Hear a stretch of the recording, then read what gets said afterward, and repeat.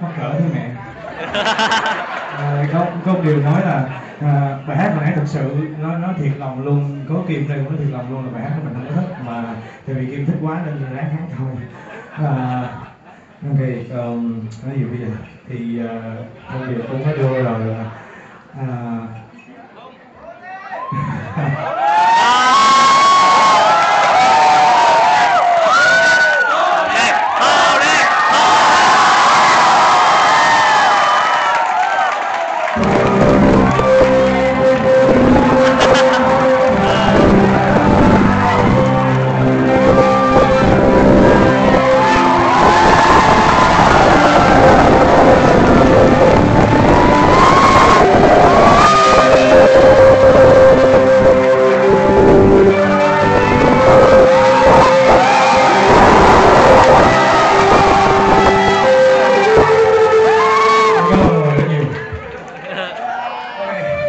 Thôi bây giờ chắc giới thiệu ca sĩ sau nha, hát hết nổi rồi, giờ mình kiếm người đi chơi.